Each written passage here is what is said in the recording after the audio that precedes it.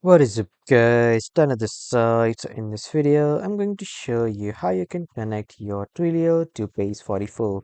So first you need to head over to your Base44's website and then you need to log in with your account credential. After that, you need to head over to integration and then here you will see the option to create integration. Simply click on this button to create your new integration. After that, you just simply need to enter the integration name and the description.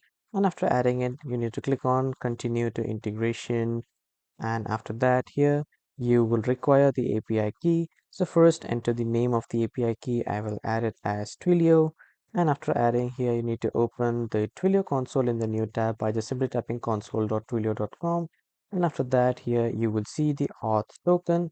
Simply copy this token, and after copying this, come back to base44 and paste it here, and after pasting click on add API key, and after adding, head back to this implementation guide, paste your API key here too, and then simply enter some random numbers to make it able to do 50 characters or above.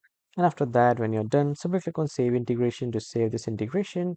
And as you can see, the base44 has been connected to Twilio. So that was all for this video everyone. Thank you for watching.